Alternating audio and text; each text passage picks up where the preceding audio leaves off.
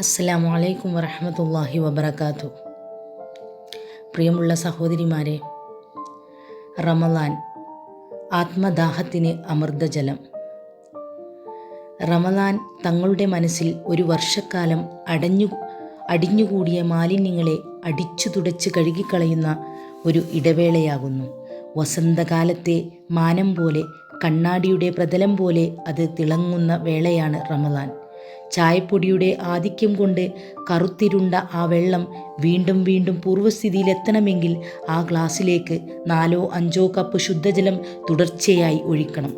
ഇങ്ങനെ ഒരു വർഷക്കാലമായി മനസ്സിൻ്റെ പ്രതലത്തിൽ അടിഞ്ഞുകൂടിയ കറകളും പൊടിപടലങ്ങളും പാടെ ഉന്മൂലനം ചെയ്യണമെങ്കിൽ മനസ്സിനെ കഴുകുന്ന ആരാധനയെ മുറിയാതെ ധാരധാരയായി നിരന്തരം അതിലേക്ക് ഒഴുകിയെത്തണം. റമളാൻ നിർവഹിക്കുന്ന പ്രധാന ദൗത്യങ്ങളിലൊന്നാണിത്.